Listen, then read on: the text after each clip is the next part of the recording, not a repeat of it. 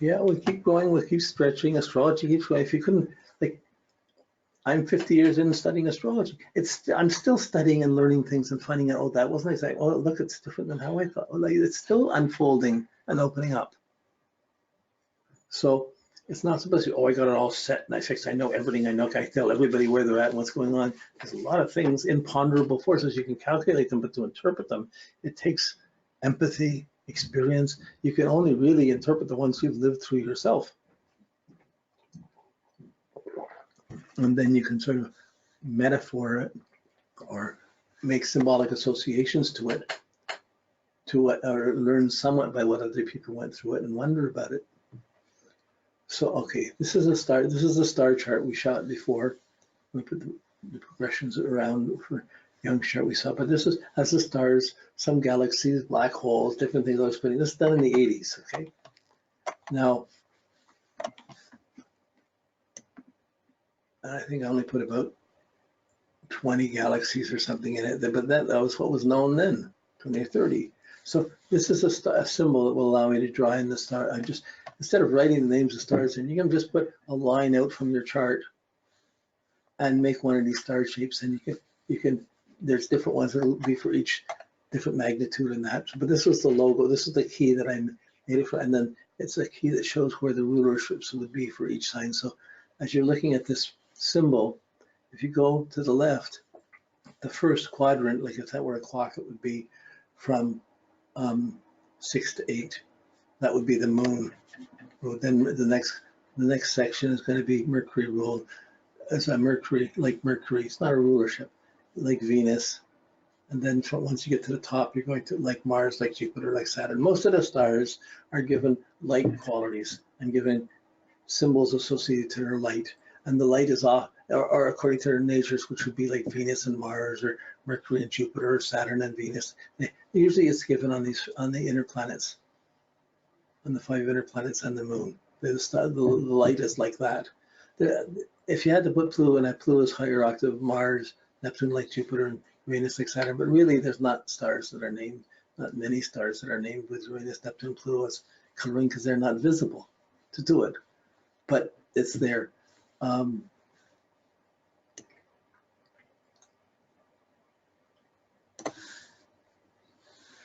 Yeah, so here, this each of the symbols on the left is first magnitude star, 6-pointed star, boom.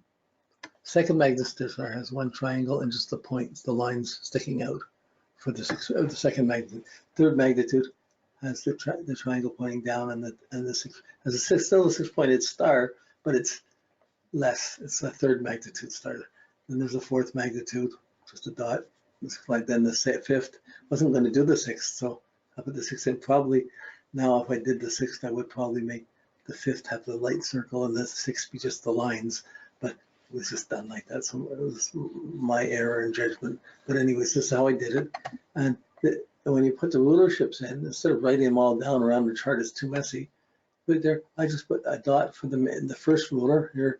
On Mercury, there's the Mercury rulership, and the dash over on the other side would be Mercury, Venus, Mars, Jupiter, Mercury, Jupiter. This is a star of nature, Mercury, Jupiter, which would be kind of yellow-blue type star. We got the color spectrums. We get the color spectrums, but in astrology, they determine these by observing partly the light and partly the constellation are in, and partly the association to it. Like, but a lot of it's based on the light of it.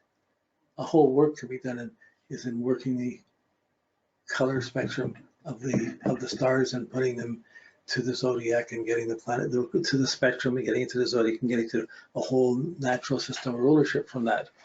That would really be a whole nother level. I haven't, maybe if I live long enough, that'll get done, or somebody else will do it, it'll be fine, but it's there. So this is second magnitude, but here's an example ruled Mars, Saturn. So here we put Mars in the dot for where Mars would be, and Saturn is the dash here, second ruler. This third magnitude one is Venus to Moon. Venus would be the first dot there, and the dash for the Moon down below. This fourth magnitude was shown as the Moon and Mars, so we have the dot down below for Moon, and the dash for where Mars would be.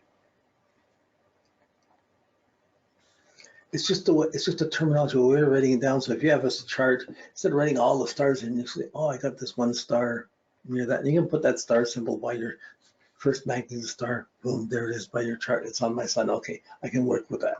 I just remember it. Fifth magnitude, this is Saturn, Mercury. You see the dot where Saturn would be, and the moon, Mercury. You see the dash where Mercury would be. And the sixth magnitude would have Jupiter and Mercury. They could be any, the magnitudes can change. I just used the example to show the different sizes and the rulership. So it's not that all those magnitudes are this rulership. Each star is different. And only about 110 stars, maybe 130, have rulerships.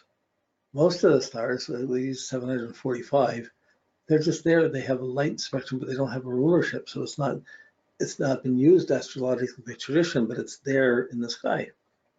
So this would be Jupiter dot and a Mercury dash for the Jupiter-Mercury rulership. There's one other exception. There is a couple of stars that are of the nature of the Mars and the Sun. It's unusual, but there's one I think that does it. And here you would have the dot for the Mars, and I would just put a curl like the edge of a sun around it, around the Mars, saying, oh, that's to the Sun. It's just the exception to include that in. Then these are symbols that you could use.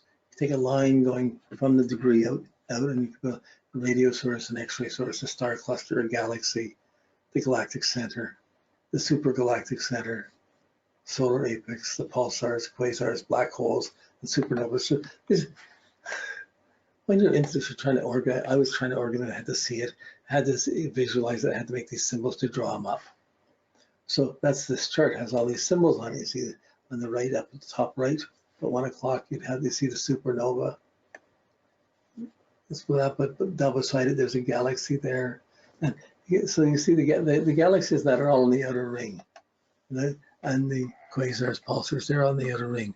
Inside you, the stars will be 5th, 4th, 6th, 5th, 4th, 3rd. And the first magnitude stars are in the inner circle. Well, not the inner, of the outer circle on the outer grid here. You'll see the 6-pointed stars are put along on the inner, just outside the degree grid. Each star has a line going to the exact degree that it's in at that time. For that year, these charts have to be made for every 50 years, because every 72 years it changes a degree. So the chart, when you measure the ages, the precession equinoxes move backwards through Pisces into Aquarius and the Capricorn. But the stars, if you're watching the stars, they move forward through the degrees of the zodiac. So they move forward through the degrees every 72 years, one lifetime. So these are some of the charts that I would do. I'd put the planets in, I'd draw the aspects in, and then I could put the second circle I would use for the progressions, and the third circle I would use for transits, and I could still see it around the chart. And I made the grid around it because I got tired of everything being square, so I put that in. It was all handwritten. This is early days of computers, but it wasn't done by computers. These were all done on drafting sheets. There's another star graph with the stars on it and planets. And I don't know whose charts they were, just ones I still had around.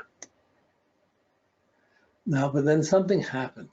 So the Hubble spaceship had a very profound, I set up all these charts. I was watching the stars and the galaxies and that. And then the Hubble spaceship took this shot. It's a shot of, they took a dark space in the sky where there was no stars, where nothing was there. And it was only 4 square seconds, like not a degree square, not a minute of a degree square, 4 seconds by 4 seconds, east and west, north and south, a little square. They took a picture with Hubble of the space, and they got this picture, and it was filled with galaxies. This changed the universe. This was a quantum jump in changing our understanding of the universe. Up to that time, we had a few hundred, maybe 100, 200 galaxies by that time. I was trying to put a chart with all the galaxies on, but here's what happens. This image consisting of a regional space, barely a thousandth of a square degree on the sky, so small it would take 32 million of them to fill the entire sky. It contains a whopping 5,500 galaxies. the most distant of which have had their light traveling towards us for some 13 billion years, or for more than 90% of the present age of the universe. Extrapolating this over the entire sky, we find there are over 170 billion galaxies in the observable universe, and that's just a lower limit. Given that, there's an astonishing amount of the universe out there that Hubble cannot see yet, that it can only see the brightest of the most distant galaxies. We may yet find closer to 10 by 12 or to a trillion galaxies within our visible universe. Well, I guess at that point, I stopped trying to mark the galaxies in the chart. It just became too big of a thing. And these charts evolved with the 745 stars on it. And it puts the stars in where they are and how spaced out they are. The closer they are to the center, the closer they are to the Earth. Furthest away, the furthest away. And you can see the big, thick black ones are bright first magnitude stars, and there's different colors for different magnitude stars. Too much to look at this point, but these are the things that as your progressions go along and as you slow these down, you're looking at things degree by degree, these things have some relevance. This is a view from the right ascension using the equatorial system. And when you're using the equatorial system, here's it compares it particularly here. The stars are in different places. It's like, see here on the left on our ecliptic, you see these two stars very close together, far out stars. On the right, on the chart on the right, on the equatorial chart, you see how far away they are? They're in different degrees and different space. If you look on this right-handed equatorial chart, you see these two stars close together here. If you look over here at the equatorial chart, you see how far these two, under the EST, these two stars are quite far apart from each other. So they really shift and move around. So the two charts, I had to make two totally different drawings with the stars in them and put each individual star in the degree they would be in to make this. Yes, I know I'm crazy. Okay, but it's like it was enough. Wow, I got it done. I went, oh no, they have to be done different. So I had to do the other. So these represent years of work. There were a lot of trouble, and this you're not even seeing everything right now. When you get up to a close shot of it, this shows the stars. Each star has its. You can see the coloring: first magnitude, second magnitude, third magnitude, fourth, fifth, sixth magnitude stars. You can see the different magnitudes and the distance, and they each have a line coming down to the degree they're in. They each have a different. The color just relates to the magnitude and the shape. But then there's the rulers. You see some stars have the rulerships around them.